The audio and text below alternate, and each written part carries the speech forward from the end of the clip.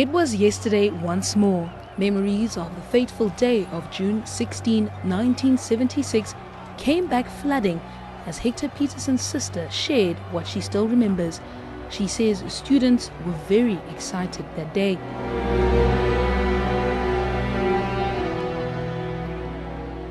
Obviously we were excited, because yes, we did not want to learn in the medium of Afrikaans. So I for one, I felt like I should be part of the demonstration because obviously, can you imagine doing mathematics in Afrikaans? I remember we used to say, "Yen malana felnach yen is yen," It really tata yona ka boyona ke.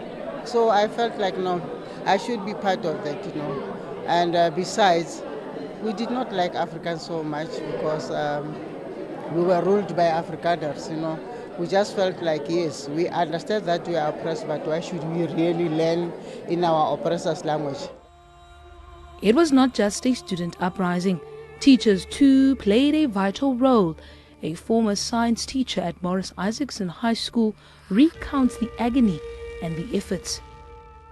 Protests started way back before 1976, in the 50s, in the 60s, in the East Rand and in Orlando West and Orlando East.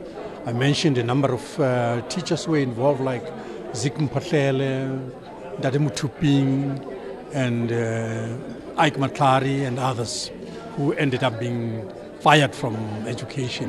In the East Rand, there were a lot of them, and in the Eastern Cape, there were a lot of them. But then towards the 70s, they emerged the South African Student Organization and later on the Black People's Convention, which were determined to make black people conscious of their situation and make black people conscious that they are responsible for their own liberation. But they have to liberate themselves first in their minds and then physically.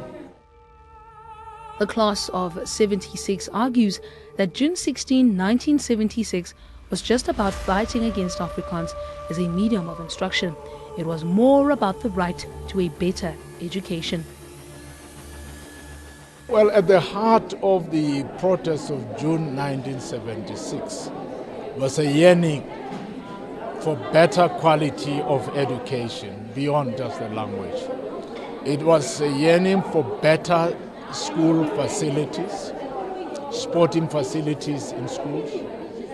It was a yearning for high quality teachers who were teaching in those schools. It was also a yearning for national self-determination by South Africans. It was a yearning for African identity. It was a yearning to end white domination. As concluding remarks, the briefing observed that the objective of the 1976 uprising was to evoke black consciousness. However, the participants agreed that liberation has to first start in the minds. Thabisile Madisa, ANN7, Johannesburg. In this society, on this earth, in this day, which we intended to bring into existence,